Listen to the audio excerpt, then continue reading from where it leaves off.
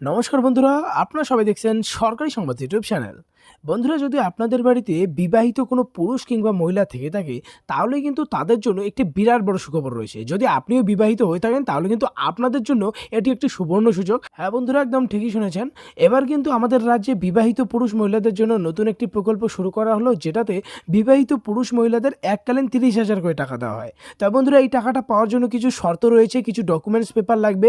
এছাড়াও আপনাদের আবেদন করতে হবে। তো কিভাবে আবেদন করবেন সবটাই আপনাদের আমি বুঝিয়ে দেবো। তো অবশ্যই বন্ধুরা, ভিডিওটিকে একদম শেষ পর্যন্ত দেখবেন। তো বন্ধুরা দেখুন, এই বিষয়ে এখানে হেডলাইনে বড় বড় করে বলা হয়েছে যে সারা রাজ্য জুড়ে চালু হলো নতুন একটি প্রকল্প। বিয়ে করে থাকলেই পাবেন 30,000 টাকা। কিভাবে আবেদন করবেন, কি কি ডকুমেন্টস পেপার লাগবে, অফলাইন না অনলাইনে আবেদন করতে হবে, সবটাই আপনাদের জানিয়ে দিতে চলেছি। তো অবশ্যই শেষ পর্যন্ত দেখবেন। এরই সাথে বন্ধুরা, যদি আপনারাও এই 30,000 টাকা সরাসরি আপনাদের ব্যাঙ্ক অ্যাকাউন্টে পেতে চান, তাহলে কিন্তু সবার প্রথমে এই ভিডিওটিকে একটি লাইক করে দেবেন।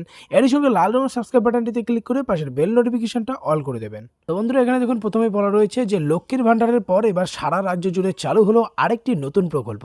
আবেদন করলেই পেয়ে যাবেন সরাসরি ব্যাঙ্ক অ্যাকাউন্টে 30,000 টাকা। তো বন্ধুরা, আমরা প্রথমেই দেখে নিই এটাই আবেদন করার জন্য আপনার কি কি কাগজপত্র বা ডকুমেন্টস লাগবে। তো এখানে প্রথমে আপনার লাগবে একটা ম্যারেজ সার্টিফিকেট, অবশ্যই আপনার বিবাহিত হতে হবে। ব্যাঙ্ক অ্যাকাউন্টের xerox copy, Aadhaar card, voter card, PAN card আর জাতিগত শংসাপত্র। এবারে বন্ধুরা, কথা হচ্ছে এই প্রকল্পে আবেদন করলে আপনারা কি কি সুবিধা পাবেন।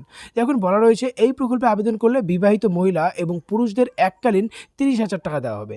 কেবলমাত্র বিবাহিত মহিলা পুরুষই আবেদন করতে পারবে। ম্যারেজ সার্টিফিকেট না থাকলে কিন্তু এই সুবিধাটা মানে 30,000 টাকাটা পাবেন না। স্বামী এবং স্ত্রীর মধ্যে যে কোনো একজনকেই এই টাকাটা দেওয়া হবে, আর যে কোনো একজনই আবেদন করতে পারবে। আবেদনপত্র ভেরিফাইয়ের পর আবেদনকারী ব্যাঙ্ক অ্যাকাউন্টে এই 30,000 টাকাটা দিয়ে দেওয়া হবে। এবারে কথা হচ্ছে কিভাবে আবেদন করবেন। দেখুন, বলা রয়েছে আবেদন প্রক্রিয়া মূলত অফলাইনে হবে। উপযুক্ত ডকুমেন্টস নিয়ে আপনার নিকটবর্তী BDO office, SDO office, project officer কাম ডিস্ট্রিক্ট ওয়েলফেয়ার অফিসারের সঙ্গে যোগাযোগ করতে হবে। আবেদনপত্র আপনি উক্ত অফিসেই পেয়ে যাবেন।